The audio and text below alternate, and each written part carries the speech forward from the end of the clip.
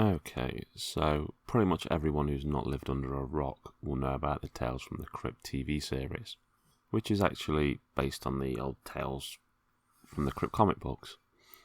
Fans will also know of the Tales from the Crypt Presents movies, Demon Knight and Bordello of Blood. What some people might not know is that this was supposed to be a trilogy.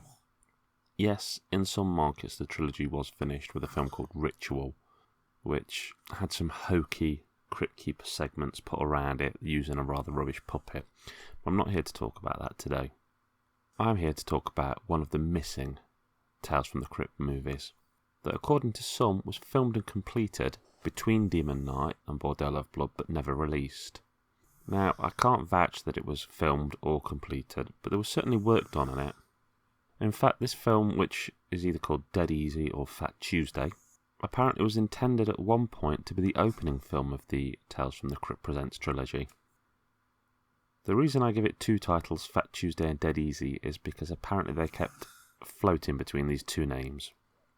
I've talked a lot about this film on my blog, but the fact is there's not a lot of information out there about it. Most of what's out there comes from an article from a Tales from the Crypt Demon Knight special magazine. Shots of this have been knocking around on the internet for a long time in grainy quality, but I have managed to type the whole piece from this magazine out. The piece is called More Fear on Fat Tuesday, and I'm going to read it out to you. I'm going to do this because there's so precious little information about this film or script or whatever you want to call it out there. Okay, here we go. Demonic possession, resurrection, religious iconography, and other worldly temptation are ambitious concepts to be tackling for the first Tales from the Crypt featured Demon Knight. But with 2 more movies to go, what do you do for an encore? The next one is more psychological than blood, gore, grew and gore, says A.L. Katz with a smile. As a matter of fact, today we wrote a scene where a shadow figure squeezes through the skull of an old lady and into her brain. And that's just where the movie begins. Much like the TV series, the movie franchise will also attempt to branch out into different horizons, according to Katz and writing partner Gil Adler. The latter will also be directing the second Crypt feature, which is tentatively titled Fat Tuesday, scheduled to go into production in February on a $12 million budget.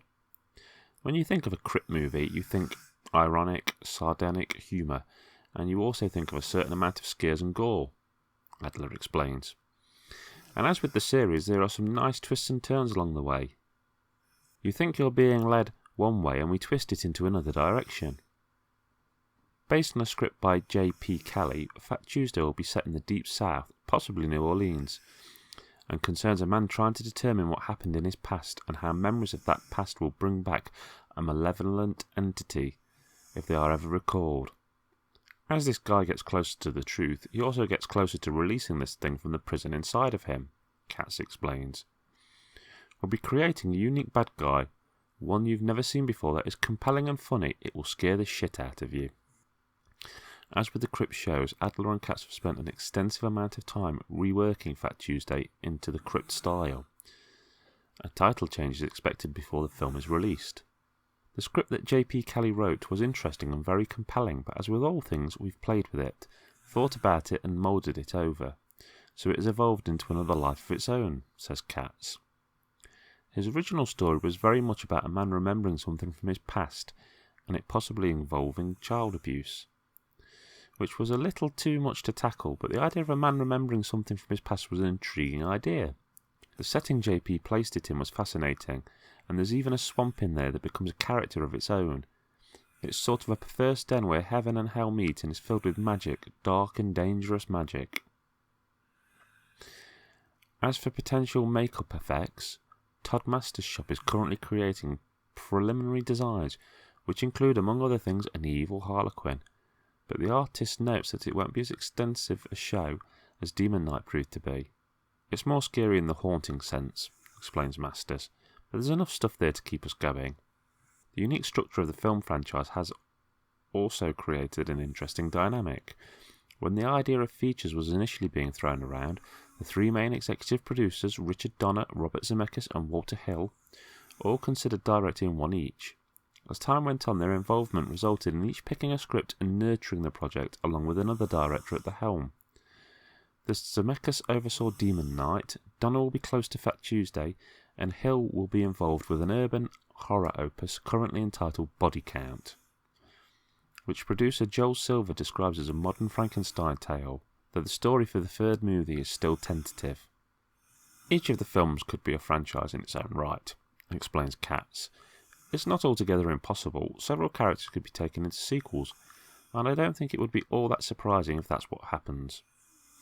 In the end, we're trying to create satisfying, fulfilling mythologies, and the probability that at least one movie won't be able to contain them is not exactly a revelation. Well, this article, as stated, was in the Demon Knight special magazine, and it was written by an Anthony C. Ferrante. And in honesty, it seems to be the most information we've ever really got on Dead Easy, or Fat Tuesday, whichever title you prefer. And the tiny amount of it, which refers to body count, seems to be darn near all we've ever got there. It's not a lot to go on, but I just wanted to put this out there because I think it's an interesting topic and one I'd like to get people discussing. There are rumours that the entire film of Fat Tuesday was filmed, but that it was set in New Orleans, and for some reason it's racially insensitive, so it's been canned and will never come out. Possibly it's been suggested due to the fact that it was filmed with an all-white cast. I guess we'll never know. Thank you for joining me. There didn't seem to be much out there about Fat Tuesday, so I thought I'd put something out. Hope you enjoy it. Kerr9000 signing out.